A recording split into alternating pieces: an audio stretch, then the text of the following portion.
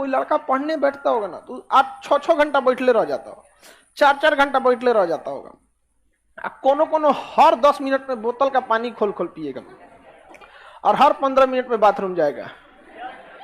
ये सब पढ़ाई के टाइम पे आपके पास टेबल पर अगर ऑनलाइन नहीं पढ़ रहे हैं तो कोशिश कीजिए मोबाइल भी हटा दे स्विच ऑफ करके, और घर वालों को नंबर दीजिए रूम पार्टनर का।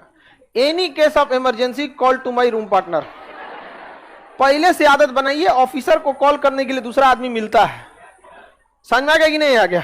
आप किसी बड़े रैंक के अधिकारी को डायरेक्ट कॉल नहीं कर सकते, या तो फिर ऑफिशियल लेटर देना है तो उसको रीडर को दीजिए, या रजिस्ट्रार को दीजिए, या पीए को दीजिए, सेक्रेटरी। डायरेक्ट आप उसके पास ना मेल भेज सकते हैं ना कुछ भी, कुछ नहीं भेज सकते हैं उसको डायरेक्ट नहीं। अब ये से आदत डाल के रखिए। मकान मालिक का नंबर दे दीजिए, लेकिन खचरा मकान मालिक का नंबर इसलिए नहीं देता ऐसे कि कांड करेगा से तो पता चल जाएगा वहां। ये इतना खचरा है सब जिसका कोई हद नहीं। हद तब होता है कि मकान मालिक को नंबर अपने घर का ना देके अपने दोस्त का देता है सब, और दोस्त को पहले बता देता है सब कि अगर मकान मालिक कॉल करेगा तो हाँ मेरा लड़का है ठीक ठाक। खचरा नहीं होता है सब जी। अरे मत पूछो ऐसे। हाँ चाचा का नंबर दे दिया है। होता है एक वक्त एकदम बदमाश रहता। हम लोग जब पढ़ते थे लोग तो इतना खचरा लड़का था हम लोग के साथ में कि 3 तल्ला पे चौकी रखा हुआ था, रात को उसको नीचे फेंक दिया। और उस गधा को ये नहीं पता था कि एयर रेजिस्टेंस भी कुछ होता है। चौकिया लहरा गया गिरते के टाइम, और बहुत हादसा होने से बच गया। एक से एक पागल पागल था सब वहां। उसको जाना था लॉज छोड़ के, करा चौकिया फेंक दे तो अरे पागल करके फेंक दिया, चौकी लहर गया ऐसे हवा में। ईटा की तरह सीधे थोड़ी गिरा, गिरना यहाँ गिरा था दूर पे। वो कहो कि रात था, तो खोपड़िया भी गिरता नाच देता किसी को। तो लड़के बदमाशी भी करते हैं ये सब मत करना है आप लोग, क्योंकि आपके जाने के बाद आने वाली पीढ़ियों को भुगतना पड़ता है। पटना में कई ऐसे मकान मालिक हैं जो आपको पंखा नहीं देते। रीजन क्या? भूखते हैं बेचारे। वो क्यों नहीं देता? भूखता है। आपसे पहले कोनो पंखवा खोल के ले गया होगा, नहीं तो टेढ़ा करके चल जाता है। हा? हवा नहीं देता है तो क्या करेंगे? तुम बेरोजगार है, नहीं कमाएगा तो घर वाला तो हाथ पर तुर दे।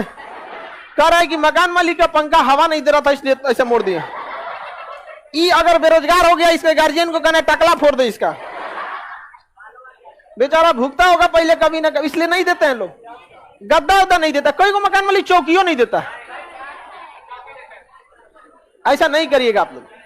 चलिए अब ध्यान से समझते हैं। रिस्पॉन्सिबिलिटी आप ऐसे पल्ला नहीं झाड़ सकते हैं कि नहीं समझ में आया। आप उसको उस लेवल पे ले जाके समझाइए, और ये धीरे धीरे एक्सपीरियंस से आ जाता है। जब हम लोग भी शुरू में पढ़ाते थे ना तो एक आइडिया लगता था कि एक फ्लो में पढ़ा देते थे, लेकिन अभी आइडिया है कि हाँ यहां तक हमको जाना है, यहाँ ये पक्का फंसेगा, तो इसलिए उसको हंसा खिला के वहां तक में निकाल देते हैं। तो आप टीचर को बड़ा जिम्मेदार व्यक्ति मानना चाहते हैं कि भाई टीचर की जिम्मेदारी है। उसके साथ एक और चीज कहता है, टीचर की बहुत सारी जिम्मेदारी है। आपको ये सोचना, आपको दिमाग से ये हटा देना चाहिए कि आपकी पर्सनल लाइफ से बहुत बड़े नहीं। आप टीचर बन गए ना तो आपको आपकी लाइफ से स्टूडेंट को कनेक्ट करना है। अब पता चला हम यहाँ से एक तो आधा बाल इधर रंग दे, आधा इधर रंग दे, कहें कि मेरी पर्सनल लाइफ है, तो काहे को टीचर बन गया? आपको पर्सनल लाइफ में जाइए ना, फिल्मी दुनिया में यहाँ पे नाचे गाए, ये मतलब एक कंट्रोल में रहना चाहिए कि आपसे लोग इंस्पायर हो रहे हैं। आप यहाँ आए हैं तो आपकी एक जिम्मेदारी बनती है। सिलेबस के बाद भी एक ऐसी जिम्मेदारी है जो लाइफ टाइम उसको सिखाना है। सर्वांगीण विकास होना चाहिए उसके पास, ताकि उसको लगे कि हाँ ये हिंदुस्तान से पढ़ के गया है। कंट्रोवर्सीज भी हो रही हैं तो लोग कई बार आपको बुराई भी करते हैं, और इतनी सारी कंट्रोवर्सीज हुई होंगी आपके साथ। कोई ऐसी कंट्रोवर्सी जिसने आपका दिल दुखाया हो? एक बिना मतलब की कंट्रोवर्सी हो गई थी जो इंडिया से उसका कोई टॉपिक नहीं था। एक्चुअली एक टॉपिक चल रही थी, फ्रांस के राजदूत को बाहर निकाला जा रहा था।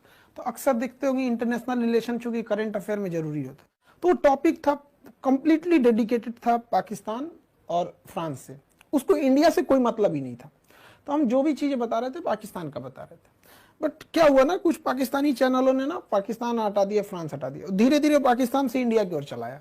कुछ गाने भी होते हैं, आप देखते होंगे पाकिस्तान से इंडिया की ओर आके बहुत तेजी से स्प्रेड हो जाते हैं। तो उनका था, और यहाँ बिना मतलब की इन लोगों ने कंट्रोवर्सी खड़ी कर दी। बाद में जिन लोगों ने कंट्रोवर्सी खड़ी की थी वो पर्सनली कॉल भी किए और कहे कि सर हम वापस आपसे सॉरी बोलते हैं। हम कहे अब तुम चौपट कर एक तो बिना मतलब का काम के उसको सॉरी बोलता रहने दो भाई, ऐसे ही रहने दो यहाँ पे। बाद में धीरे धीरे रियलाइज हुआ वो टॉपिक ही इंडिया का नहीं था। तो एक होता ना कि इंडिया का टॉपिक रहे तो बोलो तो समझ में भी आता है।